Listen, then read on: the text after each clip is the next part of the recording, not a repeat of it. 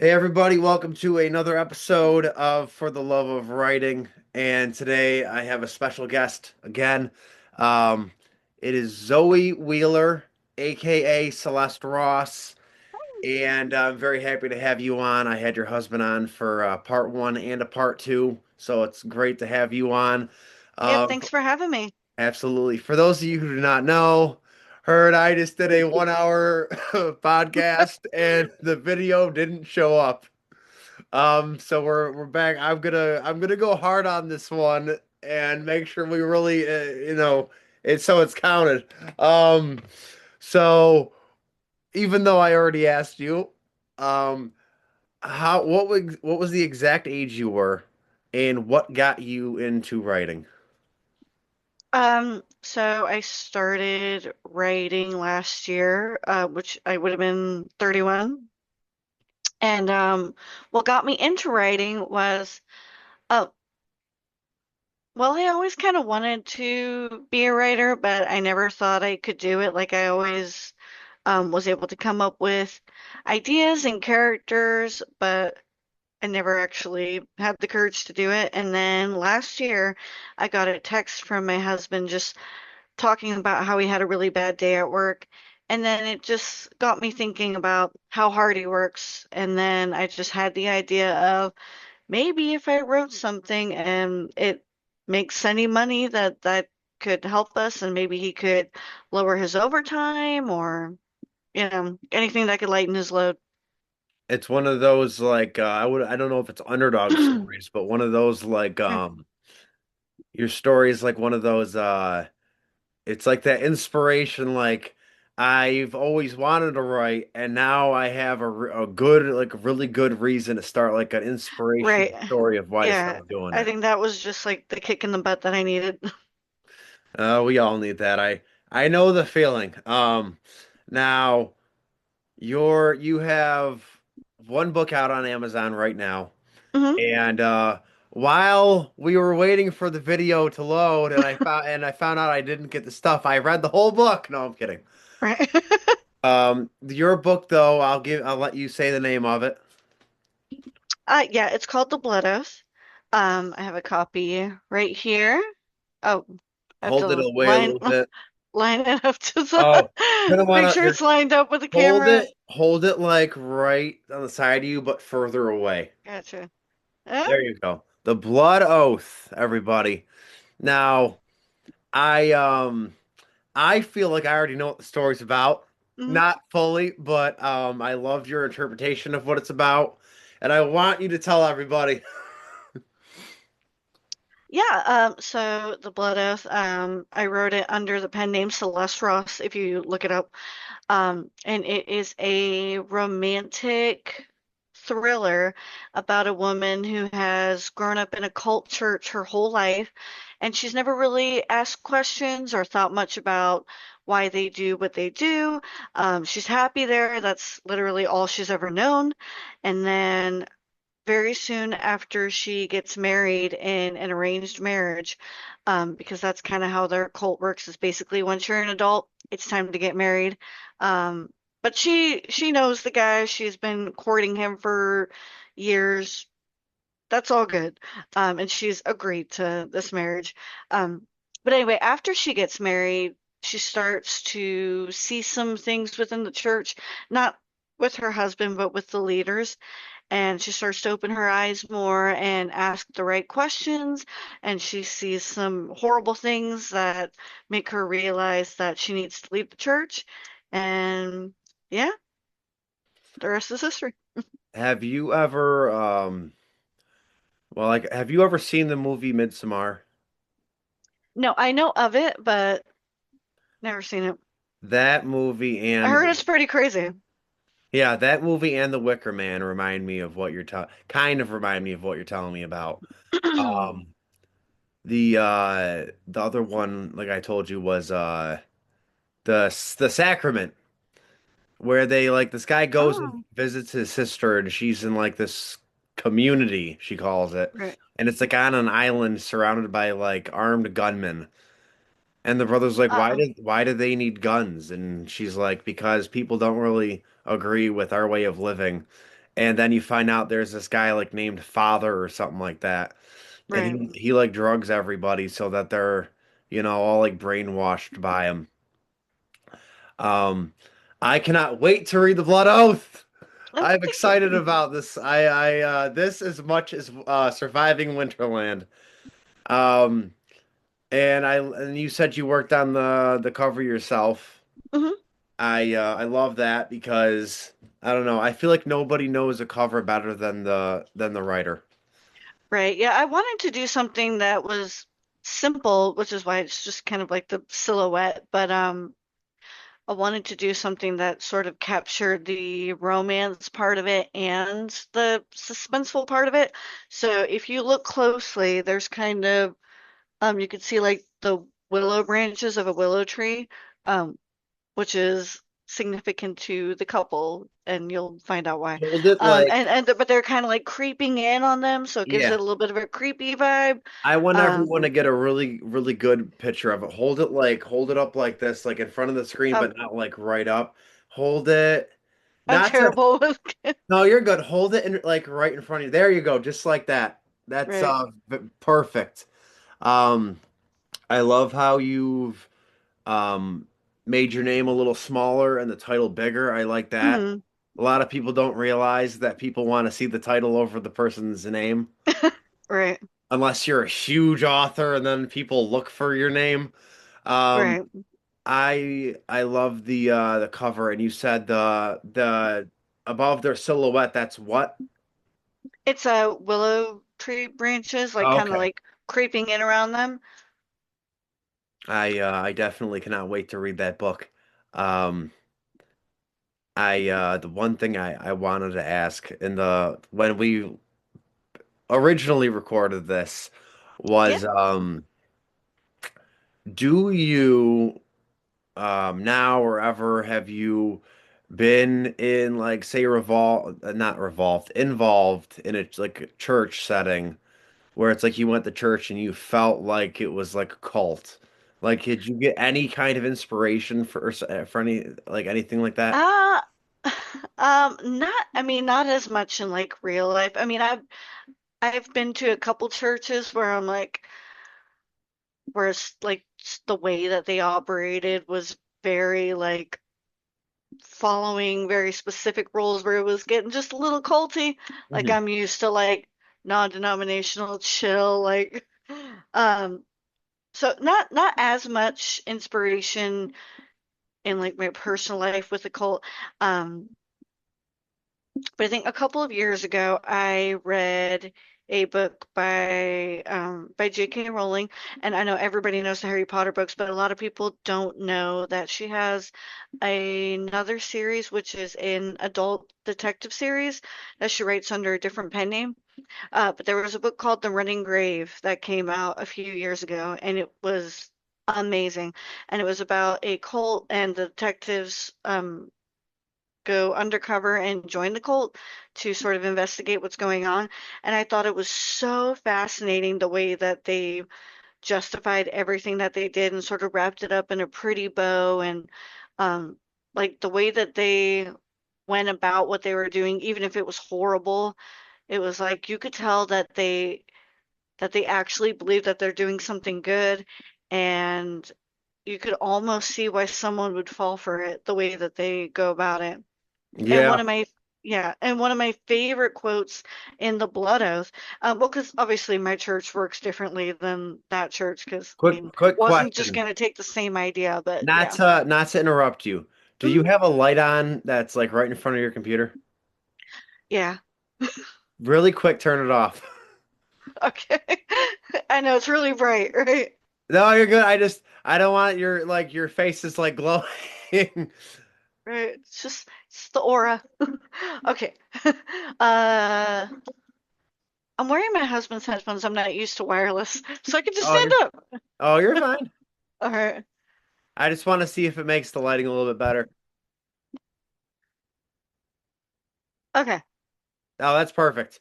All right. Yeah, because like with my light, it took me so long to get it just right to where it wasn't like my face looked like it was on fire. Um, I did the J.K. Rowling thing, Rowling or Rowling, I don't know how to say it. I Um, think it's rolling. she the book you were talking about, the like the crime thriller thing. Mhm. That's her more controversial one, isn't it? I don't think that. Oh, with that series, I think a few. One of the books in the series, Troubled Blood, got a little bit of pushback because the killer sometimes dressed like a woman to lure women in. Oh, And so people were like, oh, that's against, yeah, yeah. But it really wasn't even that big of a part in the book. And like, I think the killer only did that like a couple times. So like, it was blown out of proportion the way that people thought it was like something that it wasn't. Yeah. But I anyway. oh, sorry. Oh, I was gonna say, so that sort of got me interested in the idea of a cult because I just thought it was so fascinating the way that they operated, the way that they justified everything, and you could, yeah. And then, but obviously, my church is different because I wasn't just gonna take the same idea. Um, Yeah. so I came up with my own stuff. Um, but one of my favorite lines in my book, The Blood Oath, is when the leader of the cult, Father Forrest, and the main character, River, they're sort of like hashing it out. Um, it's an intense scene, and he says something along the lines of, like, why can't you see that everything I do is for the greater good? And she says, the fact that you actually believe that is the scariest thing about you. I want to re-say what I said in the original one because it really gets me. The fact that she had it was a girl that said this to him, right?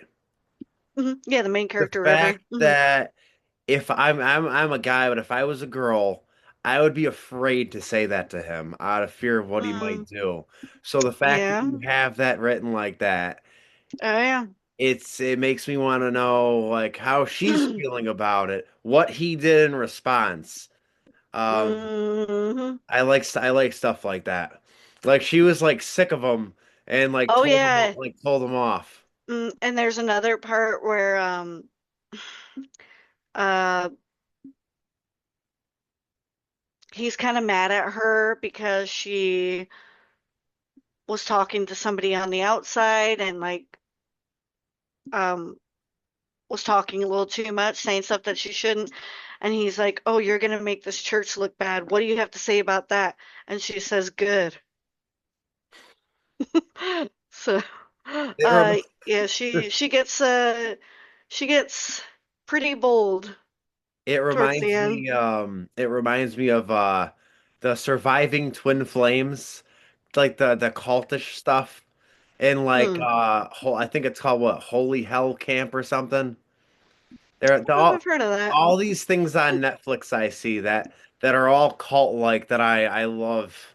I Oh love yeah, and watching that that's stuff. stuff that could totally happen too. Like Yeah, it's mm. And I I wrote the villain in a way that was so like realistic and charming, the way that he goes about it, that you could almost see how someone might fall for his bullshit.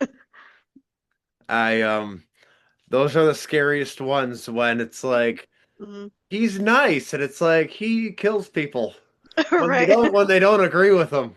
Right. I don't know if he does that in your book. But if those kind of things to where it's like he's such a nice guy and then it's like, oh, you find out such terrible stuff about him Yeah. and then he starts acting different all of a sudden towards you. Um, Now you also said you have a book that you it's I want you to say the genre and release date and all that stuff. So I that my next project is a spicy novella that is about to be in the arc stages, and then I'm hoping for a Valentine's Day release, sometime around Valentine's Day. Now, I can't remember, did it have a name yet or no?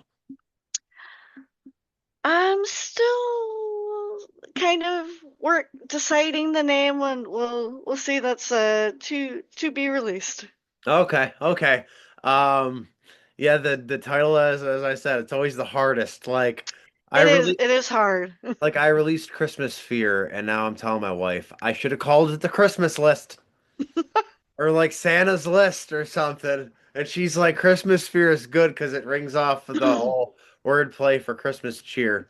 And I'm like, I guess. Oh, yeah. I I didn't even think about that. I had somebody tell me off on a Facebook comment thread when I was advertising Christmas Fear back in December. Well, last December now. They got mad at me and they were like, "Who wants to read a book about Christmas fear?" Well, like what they can't afford Christmas presents for their kids, like the fear of the financial instability. And I was like, What? "What do you think this book's about?" Like people showing up at like the mall Like, and tell like me you know nothing about the book without telling me you know nothing about the yeah, I'm book. like, what do they show up and start rioting at the mall because they can't afford anything? I'm like, do you think that's what the book's about? And it drives me nuts. Some people on social media. Wow. Yeah, but if I can take a second to go a little bit more into the Yeah, novella, absolutely. because I don't think we talked a whole lot about it when we No. first recorded. So it is, it's about a woman who is dumped on what would have been her wedding day. So she's left at the altar, and then she kind of runs away crying like anyone would do after being left at the altar.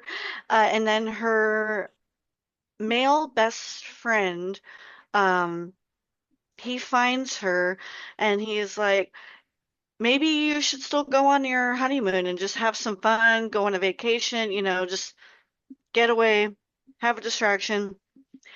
And then she says that she doesn't want to go alone, so he offers to go with her. And then they go on the honeymoon together, and one thing leads to another, and that's how it becomes a spicy novella. I like that. Yep.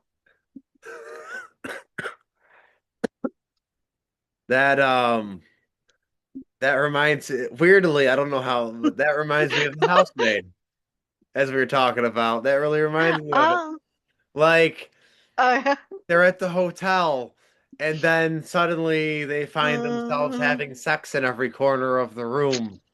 yeah. And then she finds out he's the bad guy.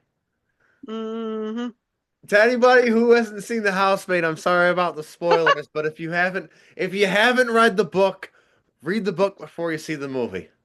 Yeah, honestly, that kind of surprised me because, Frida McFadden is very like closed door romance Yeah. with all of her stuff. So I was like, oh,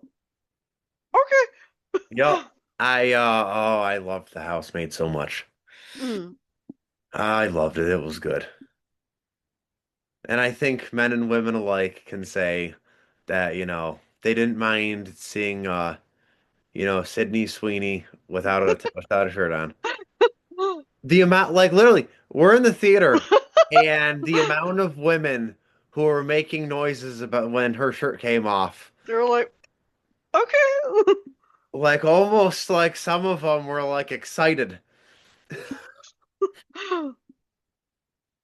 My wife wanted to kill me, but it's okay because I was like, Yeah, to hey, me it just surprised me because Frida McFadden is like she doesn't go into that stuff. So I was like, okay, I'm surprised they didn't just skip to the next scene, but all right, yeah, here we are. and then they show his butt the next scene, and I told her I was like, there, you get it, you get his butt. I'm like, okay. Um, but yeah, I cannot wait to read The Blood Oath. And my favorite part, I'm gonna tell everybody, because the last episode you told me that we weren't able to air because of the damn video. I want to make that a point in this one. The video did not show up. Oh, I am so mad at myself. The thing I like the most about the title, if you're okay with me saying, is that they got to sign an oath in their blood. Mhm. That's what I love about the title. Um, Yep. it literally speaks for itself.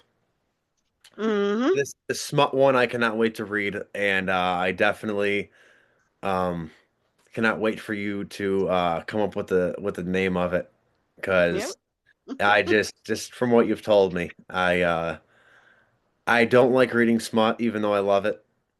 Uh, just because Ew. it's like I'm a guy and I feel like I don't know.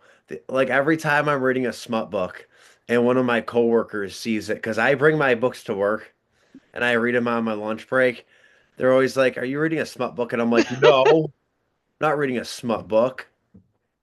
Even though I do, um, they're just so much fun to read. Yep. It also makes me realize when women write smut, women think completely different than men sexually about like Yeah, that's what's romantic that women are into and what men are into. Like I think sexually women are complicated, where with men, it's like we're very simple. yeah, there's something to that. Yeah. That's what I've learned from Hmm. reading smut and like even Yeah. seeing The Housemaid. Um, Now I have questions for you. This is my Hmm. favorite part. I'm gonna try to mix them up a little bit. Okay. Um, just because you've already answered them. So my first one is gonna be, um, do you think social media has dehumanized us? Um, I think maybe in some ways, just because I think people do behave differently, like when you're in front of someone versus when it's just like when you can kind of hide behind Like like a there's computer. Yeah, you can like say stuff that you wouldn't say to their face. And so like maybe in a certain way, like you think like I don't know, it's easier to be mean or say whatever when you don't have to there's no actually con say it to someone's face and like, oh, this is a person. there's no Yeah. consequences kind of Right. thing. Like Right. So if I tell this person to rot in hell, they can't, punch me in the face. right. They don't know, they don't know where I am. Yeah, plus, I mean, on social media, you see what people want you to see, so, they can have like an illusion of this super perfect, glamorous life, but that's not actually what their life is like. Yeah. Oh yeah. I'm one of those people. I don't know about you. I wouldn't say I post my life, but I I kind of what you see is what you get. Yeah. I'm that person. I work long hours, then I go Mm. home, spend a little bit of time with my family, and then really try to dive into writing. Yeah. Um, which sometimes so hard to just it's just so hard to find time to sit down and write. Um, my next question, and I know you said there were a few, but I want you to tell me who's your favorite. Who's your favorite author and why? I think like I said before, there's so many that I've been reading lately and Oh, so many come that I like. on. I've been reading a lot of Sarah J. Maas, like ACOTAR, Throne of Glass. And so that's what I've been like really into lately. And then Rebecca Yarros. Although I've only really read like The Empyrean from Rebecca Yarros, but I hear that the rest of her stuff is really good and sad and romantic and all that. So and then Frida McFadden, just like I don't know, whoever I'm reading at the time. I something I know, and I my wife told me this, and I don't know. I think it's true, just because the majority of people that have been on here are mostly women. That women read and write more than men do, Hmm, I and don't know. it's like most women I talk to, I go to a Wesleyan church, and we have two pastors, and it's a married couple. Huh. And the female pastor one time during her sermon, she was talking about you know, she's like, "Oh, we all have different vices that, are not really Christian of us." She's like she goes, "I love to read smut books." And hearing a pastor I say that, mean, if it's okay, there's a big difference between it being in a book and then you actually, if it was real life or like, yeah, I don't, I or, reading about something and then actually agreeing with it.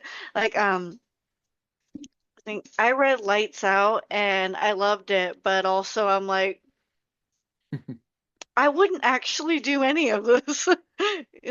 I keep on getting told to read Butcher and Blackbird. No. Wait, have you read it? No, but I've seen the trigger warnings. Oh wow. Okay. One of the guys I work with, the one guy that I know who reads books at my job, is like, dude, Butcher and Blackbird, if you like to read smut. And I was like, okay, I, I mean, a lot of haven't read people it. might like it. No shade against, whatever you like. I don't think it would be my cup of tea just from what I've heard about the triggers and some things that are in it. I'm like, no, it doesn't sound like it's for me. But, Now, now, I want to to each go. their own. I want to go more in depth on these trigger warnings with you. Hmm. Um, so because Christmas fear, I could write a whole page of trigger warnings. Hmm. Um, like you said, I do think with with people who have like severe trauma from their past, they should know what they're getting into. Yeah. Um, I'm one of those people though. I feel like do you feel a trigger warning can possibly ruin a story or no? Um, I mean, they can be spoilers, but at the same time, I'm like I said, reading is supposed to be fun. So if there's something that's going to be particularly triggering, I feel like I would want to know, and I try to let my readers know. But I mean, it's not for everybody. Um, like I actually have a trigger warning page in the Blood Oath, and there was one trigger that I didn't put on the page at first, and then somebody suggested that I put it there, but I was like, oh, it's kind of a spoiler, but mm. I ended up Honestly, putting it on there. But I never thought I'd say this. You're changing my mind. really? Well, think about this. You could write trigger warnings on a page, and Mhm. then just by what you wrote, it could make somebody who might be into that stuff be like, I want to read this because this is in it. Yeah, maybe. So honestly, that could be a good thing too. It could, um, it could like make somebody turn away, or it could make somebody intrigued even more because they're Yeah, like, "Oh, this is in yeah, that book. I want to know what yeah. makes what Or makes that." yeah. Or if someone's like, you know what, I have no triggers, I don't care, like they could just skip the page. Yeah. I had one kid who well, wasn't a kid, he was a grown man. Um he lived in I forgot where he lived. He lived in a different state though than me. And he's like, "Oh, I just bought your book."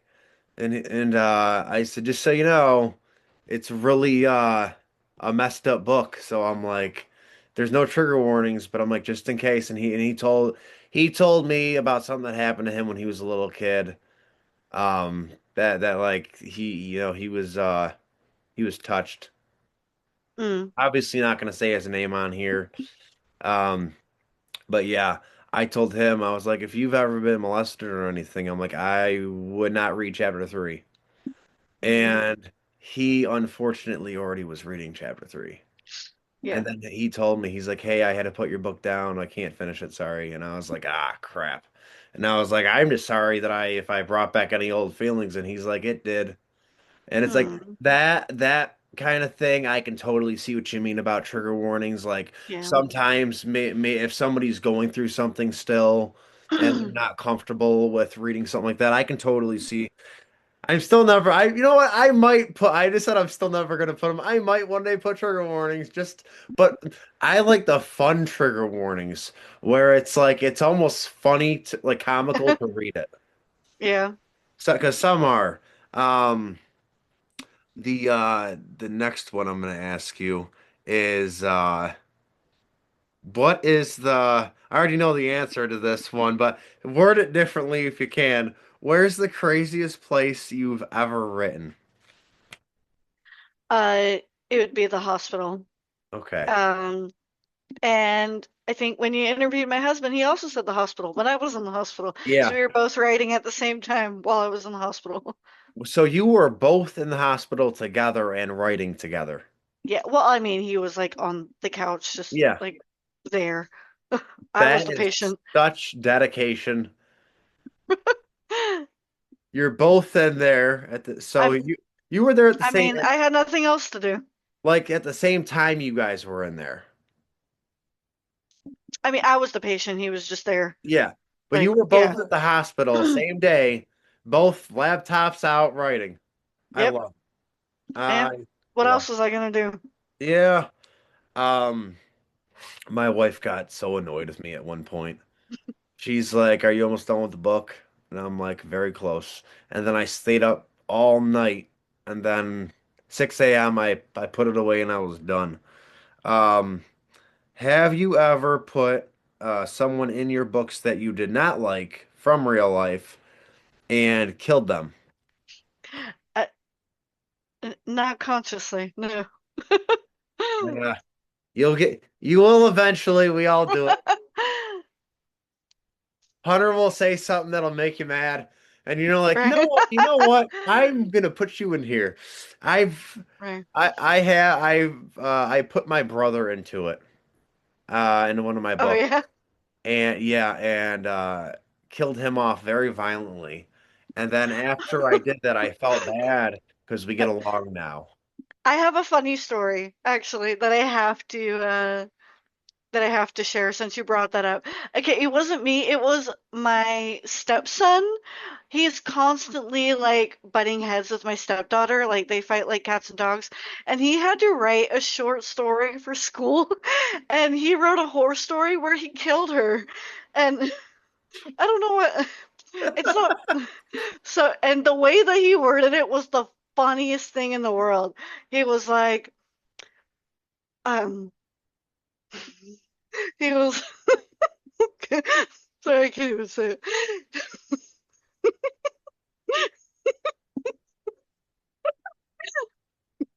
Sorry, just thinking about it. Okay.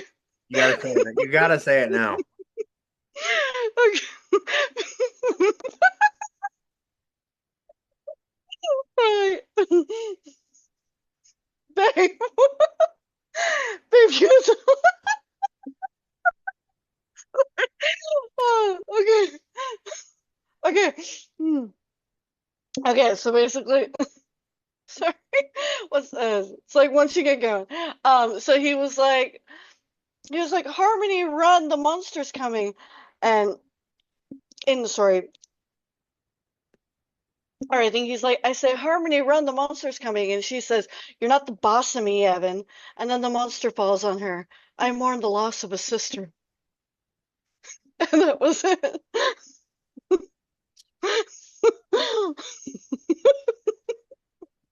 Oh my God.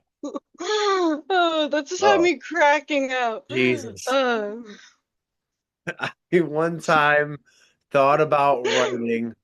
Um, you ever seen the people that put their arm out the window when they're driving? mhm, They have it kind of. on the side of their door.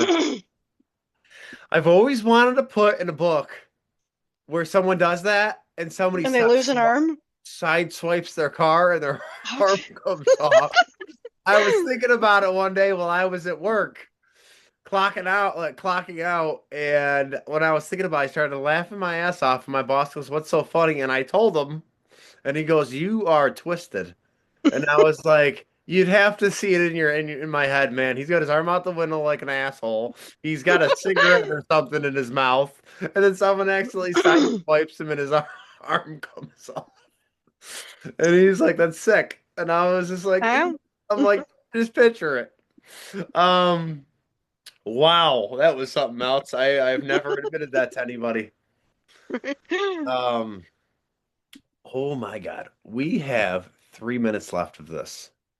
Okay. Uh, because you um What was I gonna say? Because now the video works for sure. Do you want to do a few more minutes after this is over? What? Because I still got more questions for you. Yeah, Would you want to continue into a part two if that's okay? sure. Sweet. We're here. Sweet. You, like I said, you and Hunter are getting special treatment because I appreciate it. you guys are the first. I don't know what it is. I told my wife, I was like, I don't know what it is. Like, it's easy to talk to both of them. And it's not that it's not, it's not that it's hard to talk to the other guests, but it's like you guys write the type of books that I would want to write or read. And it's like when I can find people that want to write the same kind of stuff I'm into, Mhm. it's intriguing. Yeah. I also though feel guilty then because of the other people that have been on who are like, I didn't get a part two. Right. I I will ask you more of these things in a minute. Okay. I Okay. want to ask I'll ask you a really short question. Okay. Um, do you prefer traditional or self-publishing? Well, self-publishing is all I know because that's what I did. But from my understanding, I'm sure there is pros and cons to both. I think the biggest pro for self-publishing and why I chose to self-publish is just the freedom to write what you want to write without having someone like being like, "Oh, take this out, this is too much," or do this, or I want to be able to write what Yeah. I want to write. And I don't want like somebody else making a deadline for me. And yeah, Yeah, I'm the same I way. just want the freedom.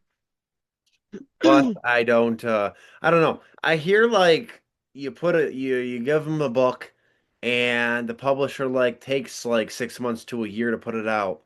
That's what I've heard at least. I don't know if that's true, Wow. but it's Huh. like once I'm done with the book, I want it to be out the following week. Yeah. If or whenever Amazon approves it to finally go up. All right. Um, I've got about six more questions for you. Okay. When I really dive into them. Yeah. So we can end this one and then I'll email you the link. Okay. I am not editing any of this, so Okay. I think it'll make it interesting. Okay. All right, bye.